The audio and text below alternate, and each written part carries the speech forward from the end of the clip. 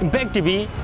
Pongnafam amadi People's Chronicle na Greater Imphal gi mafam singda noma kangdana gari mangbagi watho ma lakliba asiga mari leina hokiba campaign Cash Jam Manipur miyam na makata na support torogli Pauna Bazar dagi icham chamna hokiba campaign asibu support tobo ina Manipur miyam na makhoi gi gari mang khebagi wafam kya campaign asida thamlagli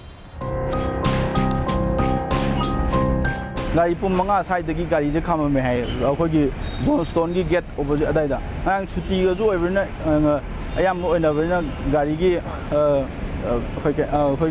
gari gi parking set sing do phadana layam da adai parking mafam thana maga adumai ticket ka ko budi ang chuti overna ke adu gumbai I khudong chabu thodo phang gi dre taro mokhai tare sai tholok ma tam da gari je layam da adum layam da budi ko je kamai taro dagi police da pau je khoi je adum yam thun adum tare makhai mong da ayo city police ki ayo da khoi information adum time matam chana khoi dum pijare adum police na ju mai gi lokhom thoba mai thora adum set ta kai da lawre district khudima loi high re have gi khoi thaje bu thami adu tung da jo khoi jo adum gai je phang kani have gi police na khoi thaje da khoi ju phang kani have khali ahan gi awa ba je khoi kokani have khali adu masi gari gi mang bagi awa ba ji mang khraba mi du dana suffer je he na phangani haina aina ai mot khanjai haju akhoi suffer nangi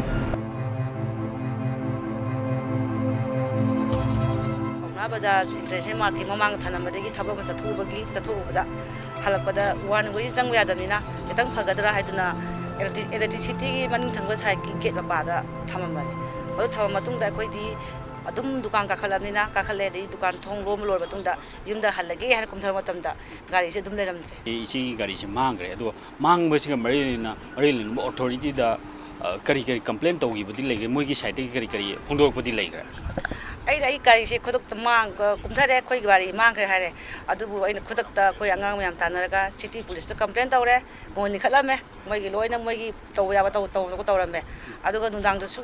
khoi phone phaunaraga ajuman hai mafam se hai complaint tawre adu matung nonga laga su ajuman office laga musu complaint tawjare ado moina di hai gari mang ki bai si macha masu di phangba ya achaw bai si di hai bangamde laiwo phargadi phange lining bi batare akoi su kan yar khoi hona jake si hai akoi na kari hai gari mang bai si di amang wadana magi masaro ere khoi gi chexing da bai babu mayam phulum dai haijaning badi isara gari do min uba jaga uba jaga nataga su so phajana lolaba yam chexinna adu mai toraga da gari mang wi chang chakara hanthara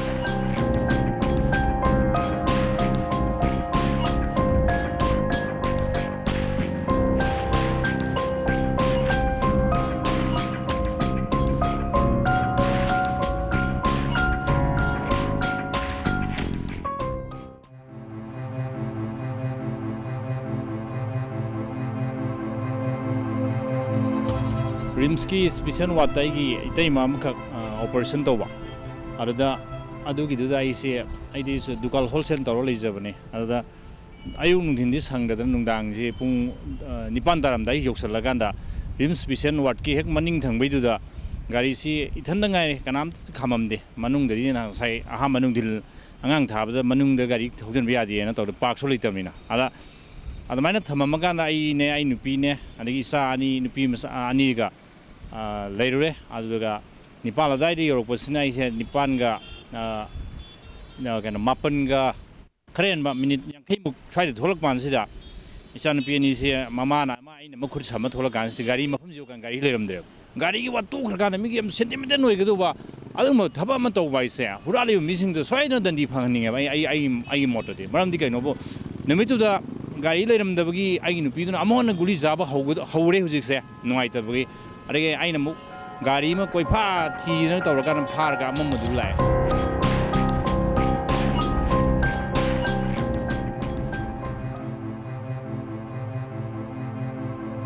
ege men khatrim on pisana toy debi kachin ni thola gai degi du mang eba gari jina Honda Dio red and the white lama niune du mang eba jaga jina kachin sangit academy da ai isa gi jawoi gi hek chatle nami siju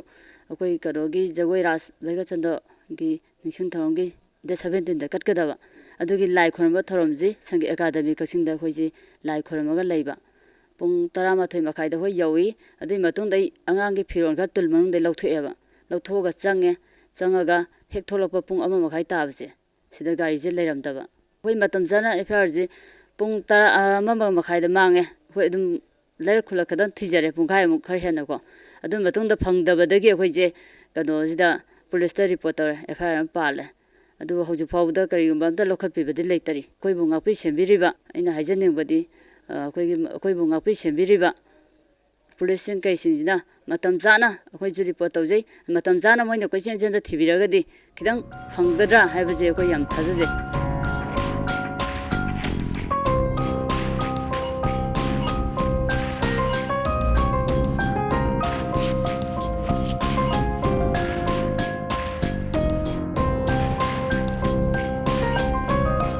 Catch them campaign department amadi authority amataki mayokta natte gari huran basingi mayokta chattaba campaign ni miyamgi oiba initiative ni People's Chronicle Pongdafam amadi Impact TV gi gari huran baga mari lena miyamgi oiba kholaw ni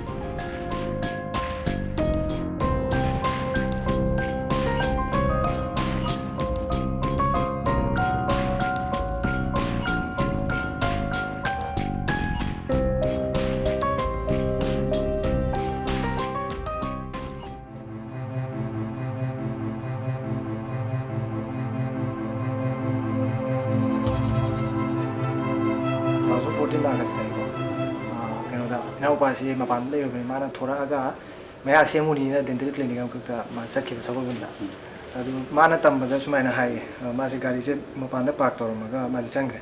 ꯆꯪꯈ꯭ꯔꯀꯥꯟꯗ ꯃꯥꯁꯤ ꯃꯥꯒꯤ ꯀꯩꯅꯣꯗꯣ ꯄꯨꯔꯥ ꯃꯥꯒꯤ ꯊꯕꯛꯁꯤ ꯂꯣꯏꯔꯒ ꯊꯣꯔꯛꯄ ꯀꯥꯟꯗ ꯒꯥꯔꯤꯁꯤ ꯂꯩꯔꯝꯗ꯭ꯔꯦꯕ gari mangbi cases mayam maruina Greater Imphal mafamjin mangbagi cases mayam tholei kari ahenbadi tawning lei ꯁꯦꯝꯕꯁꯤ ꯁꯨꯝ ꯅꯨꯡꯇꯤꯒꯤ ꯒꯥꯔꯤꯁꯦ ꯑꯅꯤ ꯑꯍꯨꯝ ꯃꯥꯡꯕꯒꯤ ꯍꯤꯁꯥꯕꯇ ꯁꯨꯝ ꯑꯗꯨꯃꯥꯏꯅ ꯁꯨꯝ ꯇꯥꯏꯌꯦꯕꯀꯣ ꯑꯗꯨꯅ ꯑꯩꯈꯣꯏ ꯏꯁꯥꯅ ꯏꯁꯥꯒꯤ ꯗ꯭ꯌꯨꯇꯤꯗꯨ ꯐꯖꯅ ꯄꯥꯡꯊꯣꯛꯅꯔꯒꯗꯤ ꯃꯁꯤ ꯈꯔ ꯍꯟꯊꯒꯗ꯭ꯔꯥ ꯁꯨꯃꯥꯏꯅ ꯑꯩꯈꯣꯏꯒꯤ ꯃꯤꯗꯤꯌꯥꯒꯤ ꯁꯥꯏꯗꯒꯤ ꯁꯨꯃꯥꯏꯅ ꯑꯃ ꯏꯅꯤꯁꯤꯌꯦꯇꯤꯚ ꯑꯃ ꯂꯧꯔꯛꯄꯁꯤ ꯁꯤ ꯌꯥꯝꯅ ꯑꯩꯈꯣꯏꯒꯤ ꯄ꯭ꯔꯖꯥꯒꯤ ꯑꯣꯏꯅꯗꯤ ꯃꯁꯤ ꯌꯥꯝ ꯀꯥꯟꯅꯕ ꯀꯩꯅꯣ ꯑꯃꯅꯦꯅ ꯑꯗꯨꯃꯥꯏꯅ ꯈꯜꯂꯦ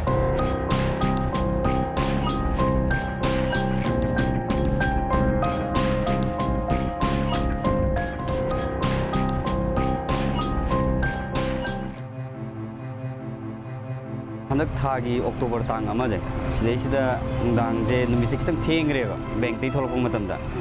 अदुदा पुंग निपान मखाय मुक्ति तारेबको अदु नुमितुदने लाइरमद्रिसे थोलकपजिदा दुम 9 मखाय तारकबा हाइसे मनुंगजु लंबिदजु मी गामतजु चात्रेदना अयाम्बा अदुमाइना मी लैतबा तंजादो लौबजाने मोइजे रिपोर्ट खुदकता चलगा अदुम सिटी पुलिस दा नकपनिनाको सिटी पुलिस दा दुम रिपोर्ट अदुम खुदकता दुम तौरे अदो मोइना मोइगी सेटता लाउथोलेबको दुम खुदकता दुम लाउथोले केस अमा पुलिस दा फाइल तौरिने मोइना थिगत केना हायरगदी केस मोइगी रेस्पोंसिबिलिटी नेबा अखोइगी मयामगी प्रजागी सेवा तौ हाइजे सेंगना हाइदि मोइ रेस्पोंसिबिलिटी नेबा मोइ तोखम थोको अइना हाइबे मथौ सुंगा तादि सेंगना हायरगदी मोइ मसाइ तौ मुथौ मथौ नेबा दुदि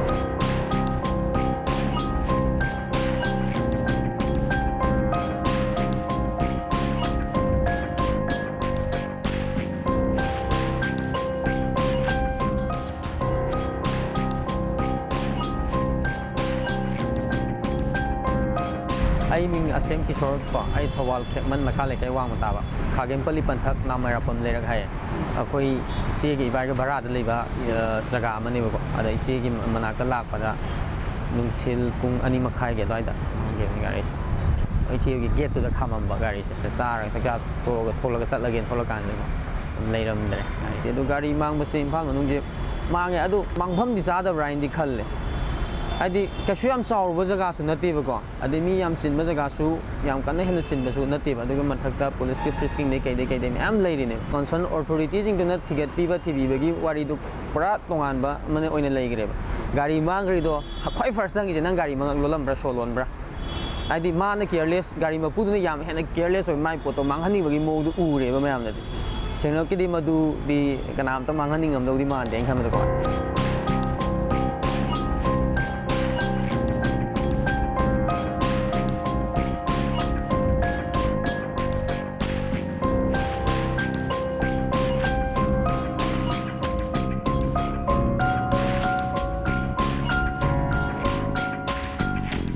ꯀꯦꯝꯄꯦꯟ ꯑꯁꯤꯗ ꯒꯥꯔꯤ ꯃꯥꯡꯕꯒ ꯃꯔꯤ ꯂꯩꯅꯔꯤꯕ ꯑꯣꯊꯣꯔꯤꯇꯤꯁꯤꯡꯒꯤ ꯃꯤꯑꯣꯏꯁꯤꯡ ꯌꯥꯎꯍꯟꯕ ꯇꯥꯔꯕꯗꯤ ꯂꯝꯗꯝ ꯑꯁꯤꯗ ꯒꯥꯔꯤ ꯃꯥꯡꯕꯒꯤ ꯋꯥꯊꯣꯛ ꯑꯁꯤ ꯈꯔꯗꯪ ꯑꯣꯏꯁꯨ ꯀꯣꯛꯄ ꯉꯝꯂꯒꯅꯤ ꯍꯥꯏꯕꯁꯤꯅꯤ ꯀꯦꯝꯄꯦꯟ ꯑꯁꯤ ꯃꯈꯥ ꯇꯥꯅ ꯑꯃꯗꯤ ꯃꯄꯨꯡ ꯐꯥꯅ ꯆꯠꯊꯅꯕꯒꯤꯗꯃꯛ ꯃꯅꯤꯄꯨꯔ ꯃꯤꯌꯥꯝꯒꯤ ꯆꯥꯎꯔꯕ ꯃꯇꯦꯡ ꯑꯃ ꯃꯊꯧ ꯇꯥꯔꯤ ꯀꯦꯃꯦꯔꯥ ꯄꯔꯁꯟ ꯌꯥꯏꯐꯕꯒ ꯂꯣꯏꯅ ꯄꯥꯎꯗꯝꯖꯔꯤꯕ ꯚꯛꯇ ꯇꯧꯔꯝꯕꯝ ꯏꯝꯄꯦꯛ ꯅ꯭ꯌꯨꯁ ꯏꯝꯐꯥꯜ